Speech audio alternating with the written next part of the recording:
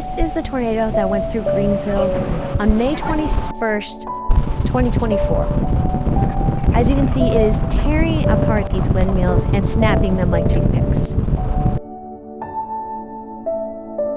As you can see, the tornado has caused extreme damage to many people's houses.